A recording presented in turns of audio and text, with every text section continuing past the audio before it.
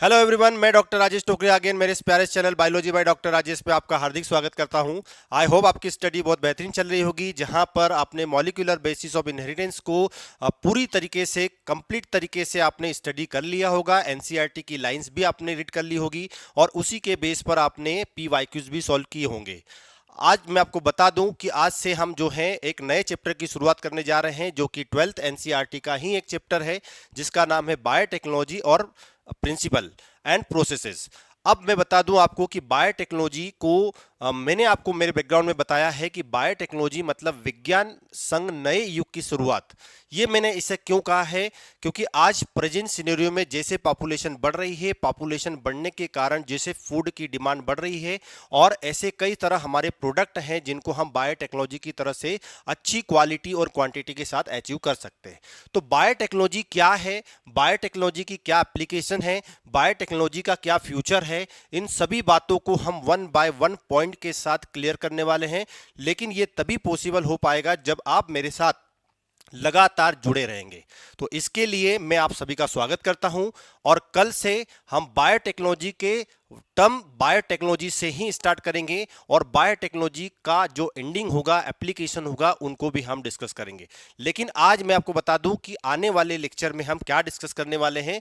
आने वाले लेक्चर में हम इन टॉपिक्स के बारे में देखने वाले हैं जो कि बायोटेक्नोलॉजी के प्रिंसिपल और प्रोसेस को कवर करेगा। तो इस चैप्टर में हम सबसे पहले बायोटेक्नोलॉजी के प्रिंसिपल को देखेंगे कि बायोटेक्नोलॉजी का प्रिंसिपल क्या है, और इसके साथ ही हम tools of recombinant DNA technology, recombinant DNA technology क्या है, रिकॉम्बिनेंट डीएनए टेक्नोलॉजी की क्या प्रोसेस होती है और इसके अंदर क्या टूल्स और टेक्निक्स जो है यूटिलाइज होती है। इसके अलावा थर्ड नंबर पे बात करें process of recombinant DNA technology, कैसे हम किसी ऑर्गेनिज्म के, चाहे वो प्लांट हो या एनिमल हो, उसके ऑर्गेनिज्म को कैसे चेंज कर सकते हैं, उसके ऑर्गेनिज्म के डीएनए को हम कैसे चेंज कर सकते हैं, इन सभी स्टेप्स के बारे में हम डिस्कस करने वाले हैं। फोर्थ नंबर पे बता दूं मैं आपको, किसी ऑर्गेनिज्म के अंदर जितना भी जीनोम है, इस जीनोम को हम कैसे आइसोलेट कर सकते हैं। तो जीनोम आइसोलेशन की प्रोसेस जो है उसको भी हम स्टडी करने वाले हैं। साथ ही रेस्ट्रिक्शन एंजाइम क्या होते हैं, इन एंजाइम से हम किस तरह से डीएनए को कट कर सकते हैं और लाइगेज एंजाइम की हेल्प से कैसे डीएनए को हम ज्वाइन कर सकते हैं, और आर्टिफिशियल तरीके से हम मैं बता दूं कि रिकॉम्बिनेंट डीएनए टेक्नोलॉजी से थ्रू हम रिकॉम्बिनेंट डीएनए कैसे बना सकते हैं और कैसा प्रोडक्शन ले सकते हैं, ये भी हम डिस्कस करने वाले हैं।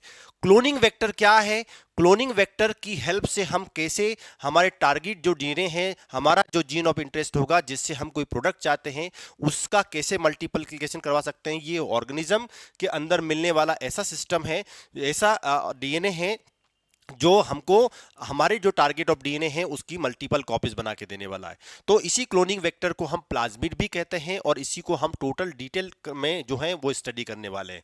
चले, इसके अलावा ट्रांसफॉर्मेशन क्या होता है, ट्रांसफॉर्मेशन ऑफ होस्ट सेल क्या होता है, ट्रांसफॉर्मेशन मींस कैसे डीएनए को एक सेल जो है वो अपटेक कर पाती है।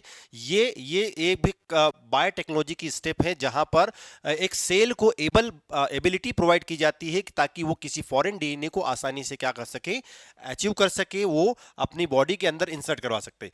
इसके अलावा आपने जब रिकॉम्बिनेंट डीएनए टेक्नोलॉजी से आप जो रिकॉम्बिनेंट डीएनए बनाया है तो उसको आप क्या कर सकते हैं, उसका सिलेक्शन करवा सकते हैं, साथ ही उसका एक्सप्रेशन भी करवा सकते हैं। तो हम इन दोनों टारगेट को लेकर चलने वाले हैं, कैसे रिकॉम्बिनेंट का सिलेक्शन होगा और किस तरह से एक्सप्रेशन होगा हमारे फॉरेन जीन का, जिसको हम जीन ऑफ इंटरेस्ट भी कहते हैं या डिजायर्ड जीन भी कहते हैं। तो आई होप इन्हीं कंसेप्ट के बारे में जो है हम आज से तैयारी करने वाले हैं, जहां पर हम बायोटेक्नोलॉजी की बेहतरीन टेक्निक को समझने वाले हैं।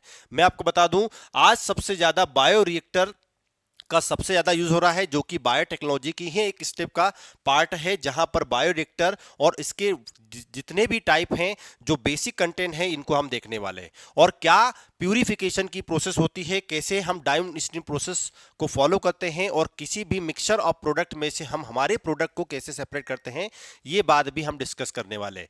तो आपको समझ में आ गया होगा कि आपको क्यों मेरे साथ जुड़ना है, क्योंकि हम एक बायोटेक्नोलॉजी में एक बेहतरीन कंसेप्ट जो है उसको शुरुआत करने जा रहे हैं, ताकि आप बहुत बेहतरीन तरीके से अपना फ्यूचर सेट कर सकते हैं। यदि बायोटेक्नोलॉजी की फील्ड आपने सिलेक्ट किया है या आप सिलेक्ट करने वाले हैं, तो आपको बायोटेक्नोलॉजी के बेसिक कंसेप्ट के बारे में पता होना चाहिए।